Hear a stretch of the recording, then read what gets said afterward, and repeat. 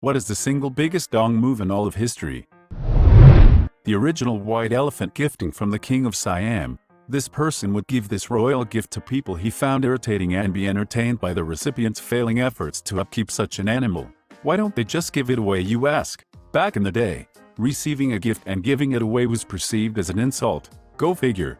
And giving away a gift from a neighboring kingdom is, well, that much bigger of an insult. So no dice. Economies apparently have failed in order to upkeep the royal gift like this. Honestly, dong move king of Siam.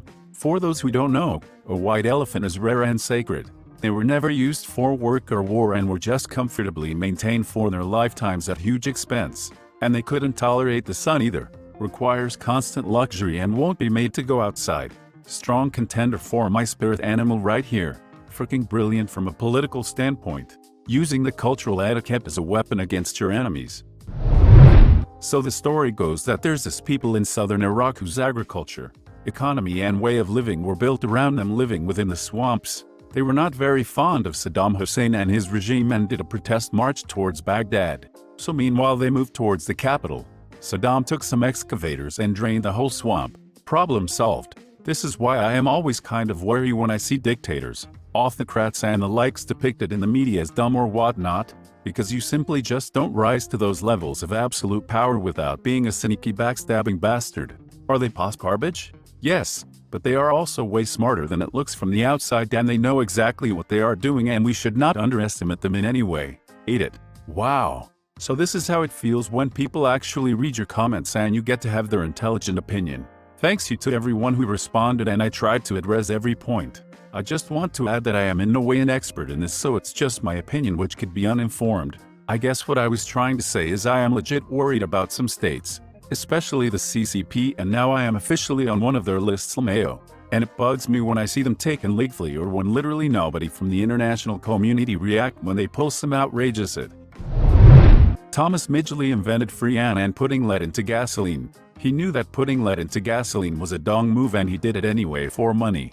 He knew, because he got lead poisoning himself and still lied about its effects on people. Environmental historians have said that he has had the single largest impact on the Earth's atmosphere of any single organism in the history of the planet. Not to mention that lead levels directly correspond to lower cognitive abilities than the general population, and you can look up the dates to know who would have been affected. This also has to be a story of poetic justice. He had also invented a system of levers and pulleys to help him move around in bed after he became bedridden and his own invention strangled him in his sleep. The world. Oh no. Anyway. Work shall set you free on the gates to Auschwitz. When the Mexican government rounded up thousands of Yaki natives, made them walk over 300 kilometers to the coast, put them on boats, and sold them as slaves for about 25 cents. Most ended up on plantations in Veracruz where they were worked to death. Slavery was already illegal in Mexico at the time. When was this? Early 1900s. That lady who stole the unborn baby out the other lady. Around the formation of the Persian Empire, Herodotus tells the story how King Astyages, the last king of Media, had a dream that his daughter would give birth to a king who would overthrow him.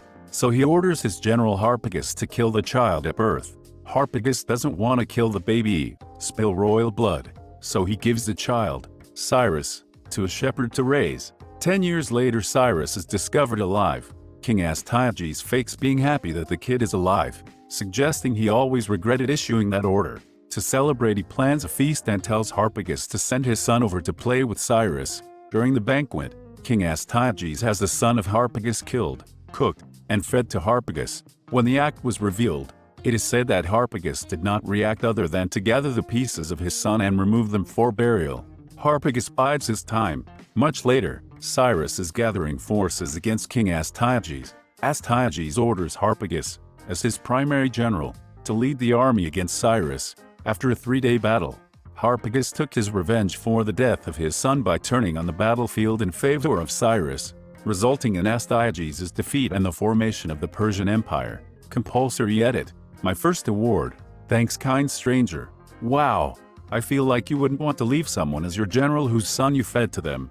What are the chances that the story was written after the king's death to give the general justification for betraying his king? Very good, considering he only betrayed him in battle after 3 days when things were likely not looking so great for the guy and his troops. France asking Haiti for a compensation after Haiti overthrew the colonial administration. It took 143 years for Haiti to pay off that debt. Why would Haiti not just tell them to frick off? Because France could have wiped them out. Money or the gun? I don't know anything of the history of that area, so thank you for a legit answer. When they overthrew colonial administration made me think it was already a revolution.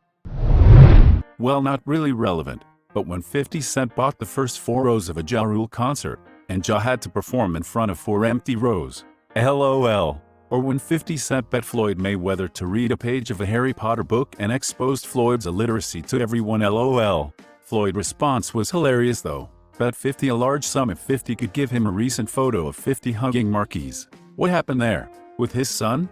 50 Cent is a huge freaking piece of it. He has publicly shamed his son and his ex-wife for God knows what. Those motherfuckers evolving to suck mammal blood, and now we got to worry about mosquitoes, leeches, ticks, etc. If you didn't want parasites eating your blood, why did you keep all your nutrients in it? Silly mammals. Just inject your blood flow with rat poison. That'll show those dumb mosquitoes.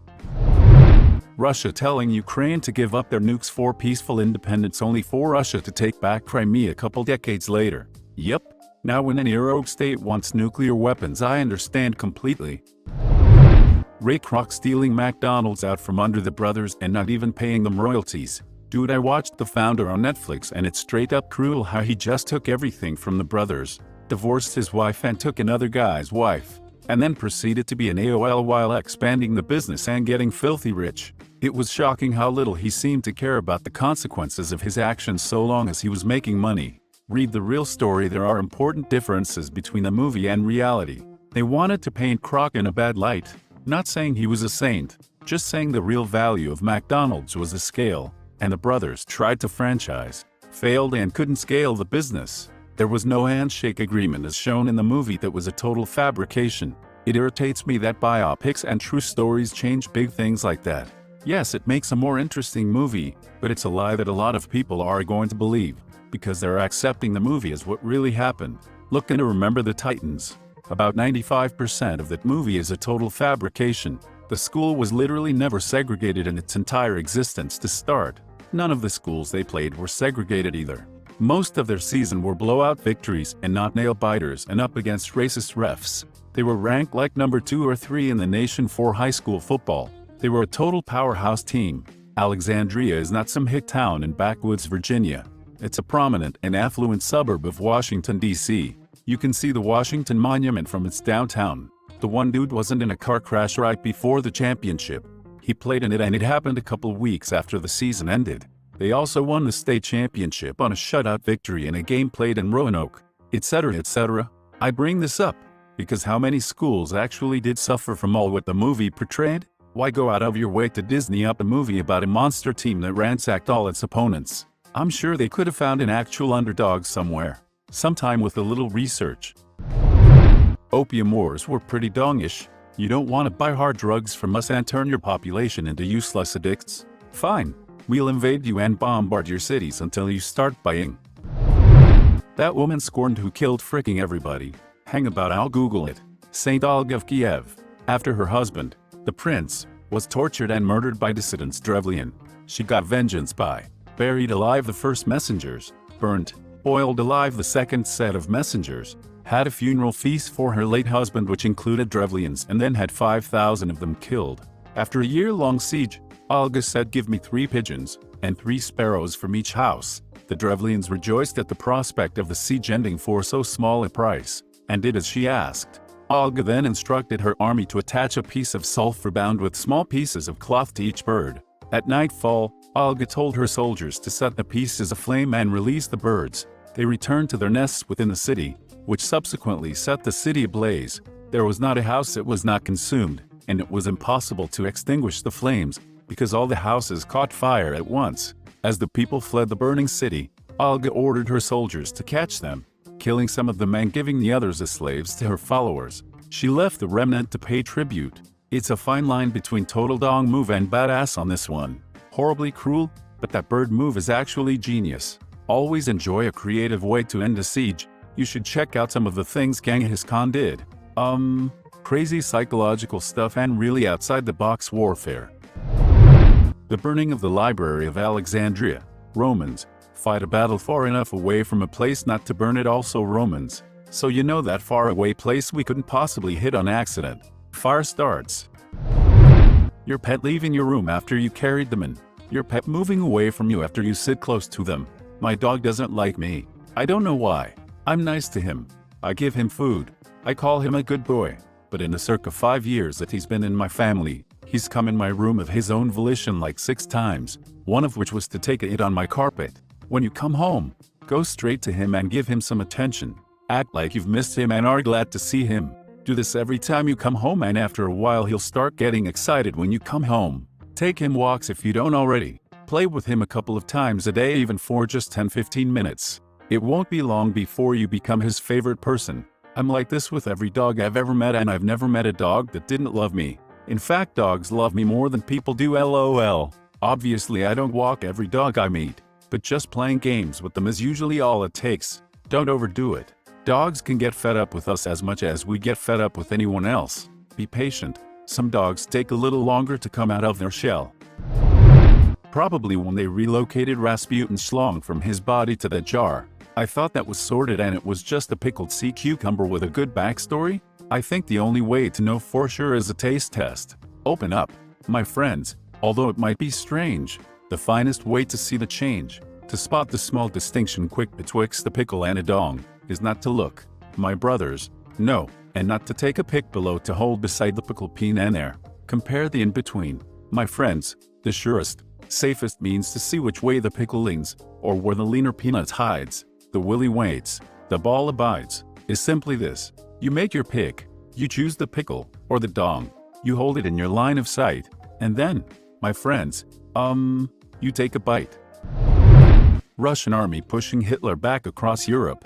Get to the outskirts of Warsaw and broadcast in Polish to have all the men in the city join the fight. Cue large uprising. Russia holds back until all the men in the city are killed, so there's nobody left to resist when they occupy, and then resume pushing Hitler back across Europe.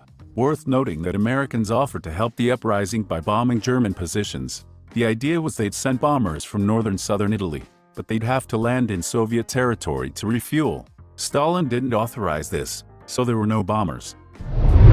The Japanese believed it would have been dishonorable to surprise attack an unexpected enemy, so they sent a declaration of war to the US 30 minutes before the Pearl Harbor attack. However, the upper military brass delayed that message until 20 minutes after the attack had begun. Dong moved to both sides of the conflict there. Trojan Horse. That was a big dong move, but I think Op is asking about big dong moves. It was a bit of both. You know, when an entire city takes a massive horse as a present, only to be slaughtered and ruled over by guys inside the horse. Pretty dong move. When a British officer was talking to Robert Surcouf, he said, "We British fight for honor, you French fight only for gain." To which Surcouf replied saying, "You are quite right, each fights for that which he does not possess." ISIS-An, or whatever Muslim or Asian group in power, going through ancient temples and destroying millennia-old statues and works of art simply because they represent a different philosophy. The thought of destroying some 2,000-year-old statue just because I don't believe in their philosophy is beyond criminal to me. It is a crime against all of humanity. I mean, who the frick are you to think you are so important you can destroy something so valuable? Angkor, what was built in the 800s, and the Khmer Rouge recently cut the heads off of all the Buddhist statues. Such a shame. It's a beautiful ruins. Mao Zedong's Cultural Revolution. Basically Mao's return to power after the failure of the Great Leap Forward and an opportunity to purge political rivals. The Cultural Revolution is estimated to have killed another 20 million, on top of the 30 million from the famine that followed the Great Leap Forward. Hitler killing Hitler and thus not giving everyone else the satisfaction of doing so. Probably doesn't qualify as biggest dong move per se, but certainly a dong move.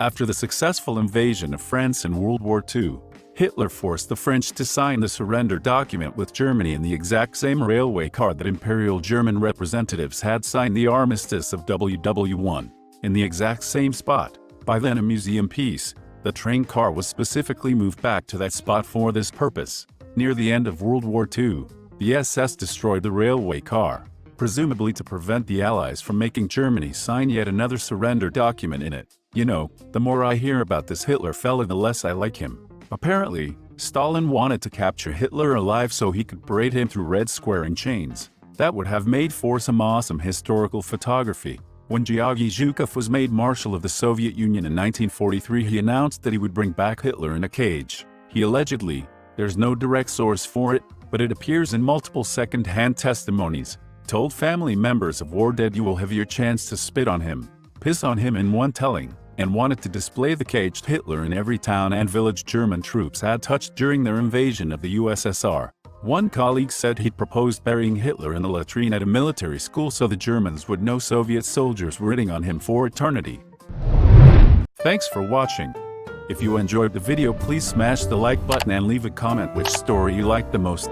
Subscribe and hit the bell notification for updates on our latest videos. And don't forget to check the links in the description box for more awesome content.